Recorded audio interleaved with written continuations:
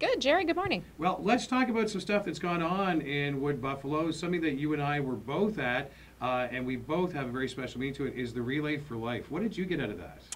It was an amazing experience, actually. 96 teams of people participated in Relay for Life this year.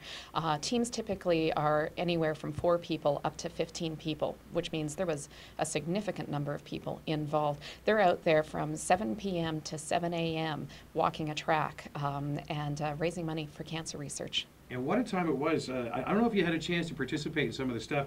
Team Zumba. Yes. Doing the big Zumba Yes. out on the center field. I'm sure that you lost your junior bloggers. I did. Some great local entertainment and Yes. Really touching. Nolan Hockness hosted the Luminary Ceremony. Yes. And that's kind of like the big tearjerker, but also brings the awareness of why we're there for cancer research. Absolutely. When you look around that track, and each of those luminaries is purchased and lit either in memory of someone who has lost their battle to cancer or someone who has fought and survived.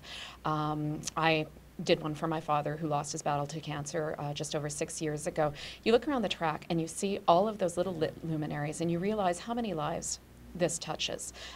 There's an entire track lined with these tiny little luminaries glowing in the dark, and it's an amazing thing to witness. That and the yellow shirts, the survivors. Yes. Oh, The survivors lap was an amazing thing to see them in their yellow shirts walking around. These are all people who have battled cancer.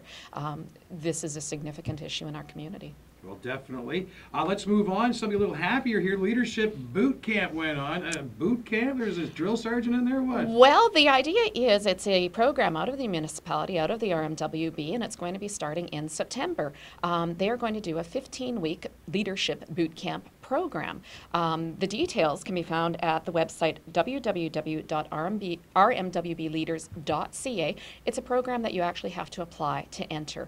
The idea is we're going to try to create grassroots leadership in the community. They're going to take 100 community members, 100 students from Keano, 100 high school students, and 100 municipal employees, and we're going to create some leaders.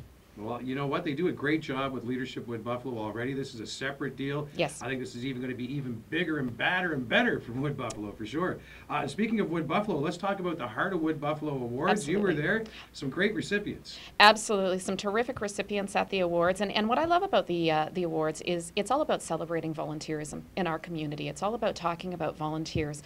And that is what actually makes our community function. I was thinking about it after the awards, and our community doesn't function because of industry or government. It functions because of the people in the community who are volunteering for our nonprofit organizations. So to see those individuals and organizations recognized at an event is an amazing thing to see. It certainly is. And here's something that you and I are both getting excited about. Canada Rocks is coming up in just a little bit. July 30th, 31st, and, or no, June 30th. June 29th, 30th, and July 1st. Anyway, thank you very much. I need a calendar.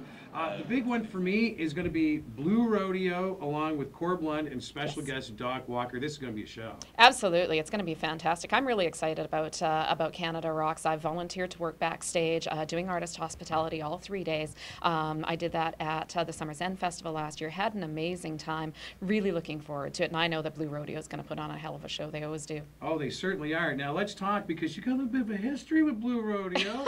You were kind of there in the developing stages. When I was in Toronto in the late '80s, I saw them come up on the Toronto music scene when they were playing clubs in downtown Toronto, and watched them really change that culture and bring country music into the mainstream in Canada. So it's great to see that they're here so many years later, still playing, still entertaining audiences, and still packing them in. Oh, certainly. And get your tickets, Canada-Rocks.com, McDonald Island Guest Services. And as well, how can I get a hold of McMurray Musings? How do I find out where you are, and how can I follow you? You can find me on my blog, which is www.mcmurraymusings.com, or you can contact me by email, mcmurraymusings@shaw.ca. I always love hearing from people if they have ideas for stories or comments on things that I've been up to. All right. Well, I appreciate your time again this week, Teresa, and we'll talk to you in a couple of weeks. Awesome, Jerry. Thanks so much. There you go. That's Teresa Wells from McMurraymusings.com. Make sure you check her out.